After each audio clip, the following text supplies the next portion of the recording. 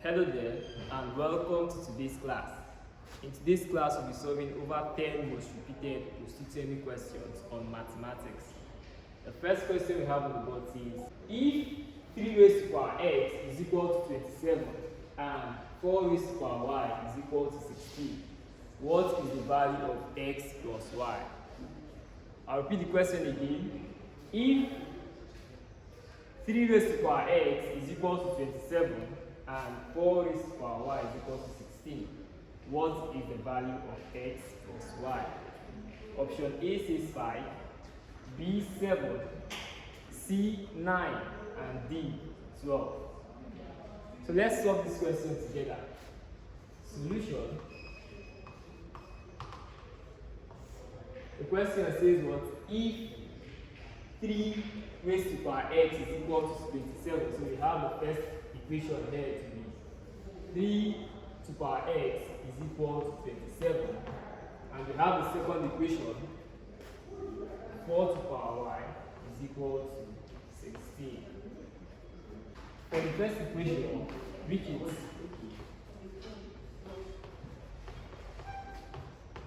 we need to express 27 as a power of 3. If we do that, we have 27 is equal to 3 times 3 times 3. 3 multiplying itself 3 times. 3 times 3 gives us what? 9. 9 times 3 will give us 27. So we have here to be 3x is equal to, instead of writing 27, we replace it with what? 3 times 3 times 3. Which is equal to 3 multiplying itself 3 times, which is 3 raised to power 3. Therefore, we have that 3 raised to power x is equal to 3 raised to power 3. For the second equation here, 4 raised to power y is equal to 16. We have that we express 16 to the power of 4.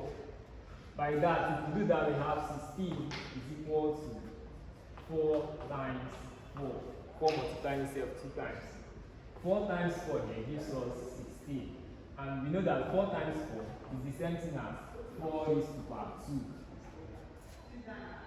Here, if we substitute this 4 raised to power 2 for 16 in this equation, we have 4 raised to power y is equal to 16. Instead of 16, we replace it with 4 raised to power 2.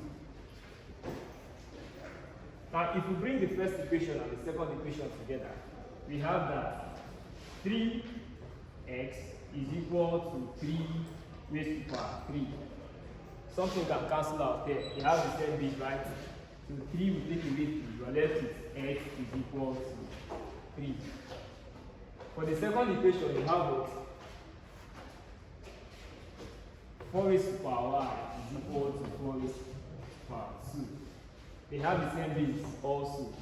4 will take away 4. We have y is equal to 2. Now we have the value of x and y. Recall, they said we should find what? X plus y. We now know the value for x and we know the value for y. Therefore, our x plus y is equal to, x we have is what? 3 plus our y we have is 2. 3 plus 2 gives us what? 5. Therefore, x plus y in this equation is equal to 5. If you come to the options here, the correct option is option A. X plus y is equal. The second question you have to do is evaluate log 8 base 2 plus log 9 base 3 minus log 16 base 4. Option A, we have 1, 2. B, we have 3. C, we have 5. And D, we have 7. The question says evaluate log 8 base 2 plus log 9 base 3 minus log 16 base 4. Now we need to be able to solve this question, all we need to do is to simplify each of these logs individually. If we do that, we pick the first log here, log 2 is 8. Now what you need to ask yourself is, what power am I going to raise 2, which is the base here, to give me 8? I'll repeat myself. What you need to do here is to ask yourself this question: what power am I going to raise 2 to give me 8? Here we have 8 is equal to 2 raised to power 3. 2 multiplying itself 3 times will give us what? 8. That is 2 times 2 times 2. 2 times 2 here gives us 4, and 4 times 2 gives us 8. So if we say 8 is equal to 2 raised to power 3, we are not wrong. If we substitute it into this equation, we have that log 8 base 2 is equal to log 2 raised to power 3 base 2. We are done with the first step. We have to move on to the next step, which is log 9 base 3. We have log 9 base 3. The question there is, what am I going to raise 3 to, the base, to give me 9? Now we have that 9 is equal to 3 raised to power 2. 3 multiplying itself twice will give us 9. We have here that log 9 base 3 is equal to log 3 raised to power 2 is 9. Base 3, sorry. If we pick the third term here, we have log 16 base 4. What power am I going to raise 4 to give me 16? We have 16 is equal to 4 raised to power 2. 4 multiplying itself 2 times will give us 16. So we have here that log is equal to log 4 raised to power 2 base 4. We have simplified each of these logarithmic terms. Let's bring all of them together into this equation. So from the equation we have what? Log 8 base 2 plus log 9 base 10 minus log 16 base 4. This is equal to log 8 base 2. From this solving here, we have it to be this. Log 2 raised to power 3 base 2. So replace this for this in this equation here. We have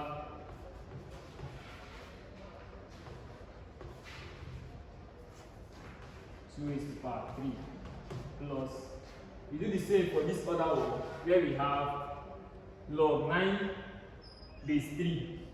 We replace it with what? Log 3 raised to power 2 base 3 minus, we have log 16 base 4. We replace it with what? Log 4 raised to power 2 base 4. So we have log 4 raised to power 2 base 4. Now, log 2 will take away 2 here. Log base 3 will take away 3 here. And log base 4 will take away 4 here. We're left with 3 plus the power here is 2 minus the power here is what? 2, which is 3 plus 2 minus 2. 3 plus 2 will give us 5. 5 minus 2 will give us 3. Therefore, the correct option here is option B, 3.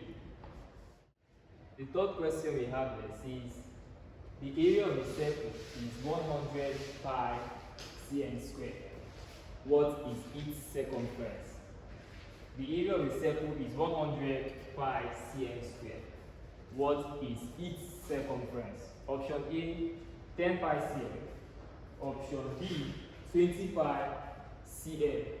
Option C, 25 pi cm. And option D, 50 pi cm. From the question, we are given what area of the circle to be 100 pi cm squared. So we have area of circle to be 100 pi cm squared. To be able to solve this question, the first step is to find the area, find the radius. That's the first step. The next step is to find or determine the circumference. If we do that, to find the radius, we recall that area of a circle is given by this formula. Area of a circle is given by the formula A is equal to pi r squared, where area is the area and r here is the radius. We have area from the question to be 100 pi cm squared. So we have 100 pi cm squared is equal to pi r squared. Don't forget that to find r here. That's what the first step says. To be able to find r, we divide both sides by what? Pi.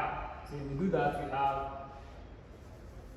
divided by pi, and this divided by pi. This will take away this takes away this. So left with r squared is equal to 100. We are asked to find radius r and not r squared. So we have r is equal to, we take the square root of both sides, 100. R is equal to square root of 100 gives us what? 10. So we have the radius r to be 10 cm. We have treated the first step. We now know the radius. The next one is to find the circumference. To find the circumference, we have that the formula for circumference of the circle is given by the formula C is equal to 2 pi r. That's the formula to find the circumference of the circle. We have C, which is circumference, to be 2 times, or 2 pi times r. From our initial solving, we have r to be what? 10 cm. So we substitute here, we have C is equal to 2 pi times 10. 2 pi times 10 will give us 20 pi. Don't forget, the unit is what? Cm. So we have the circumference of the circle to be 20 pi cm. So the correct option here is option D, 20 pi cm.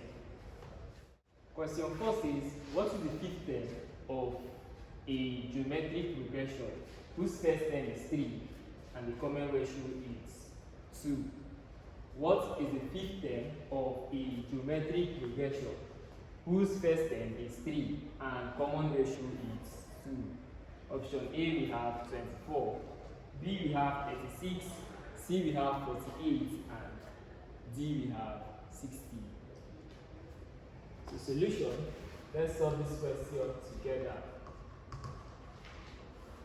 It says, what is the fifth term? So we have number of terms n to be 5 of a GP whose first term is 3. So we're given first term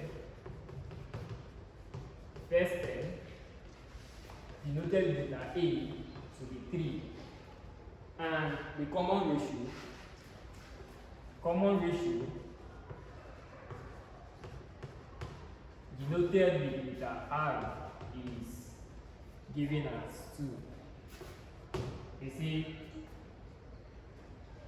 find the fifth term. So we don't know the fifth term, which is T 5, the fifth term, is unknown. Now recall, the formula for the nth term of the GP is given by this formula. Formula for nth term of the GP, the geometric progression, is given by this formula.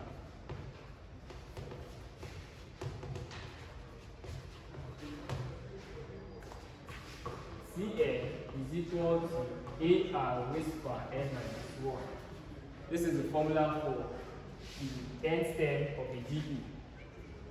Where n here is the number of terms. So here, if we substitute these parameters into this equation, we have Cn, instead of writing n, we replace it with 5, which is the fifth term, is equal to A. A here is the first term, right? We have it to be 3 times R. R here is the common ratio and is given as 2 raised to power n minus 1. The value for n is what? 5.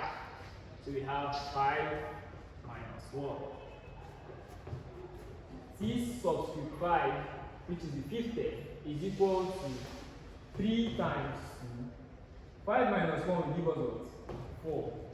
So we have the fifth term to be 3 times 2 raised to power 4 is 2 multiplying itself 4 times. So we have it to be what? 16. T5 is equal to 3 times 16. 3 times 16 will give us what? 48. So the fifth step of this geometric progression is 48. From our options, the correct option is option C, 48. The fifth question says find the mean of the first 4 prime numbers greater than 10. Find the mean of the first 4 prime numbers greater than 10. For option A, we have 15, B, 17, C, 19, and D, 20. Let's solve this together. The first thing to ask yourself is what are prime numbers? Prime numbers are numbers that can be divided by 1 and itself. These are the only 2 values that can divide these numbers. So any number at all that the only value that can divide it is 1 and the number itself, that number is a prime number. So to be able to answer this question, the first step is to identify the prime numbers greater than 10. So the first step, we have identify the numbers. That's the first step. So numbers greater than 10 that are prime numbers, we have the first one to be 11. The only value that can divide 11 is 11 and 1. The next we have is 13. 13 is the prime number, yes. The only value that can divide 13 is 13 itself and 1. 15, no, 15 is wrong. We have 17. 17 is the prime number. And we have 19. These values are the first 4 prime numbers greater than 10. So the first step like I said is to identify the numbers. Now we have done that. The next step is to calculate their sum. Calculate the sum. It means to add these values together. We have 11 plus 13 plus 17 plus 19.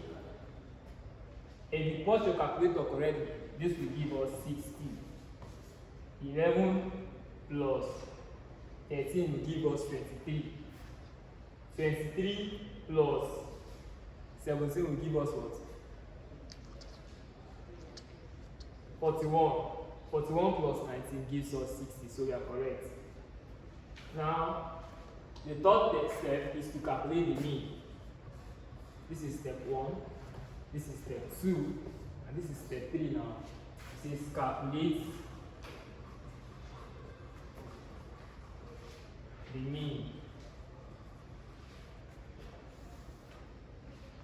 We have that mean is equal to sum of values divided by number of values.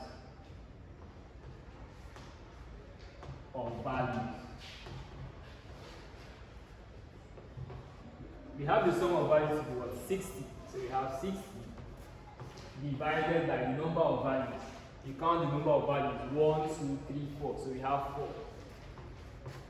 60 divided by 4 will give us 15. So we have the mean. Therefore, the mean is equal to what? 15. If we come to our options here, the correct option is option A, 15.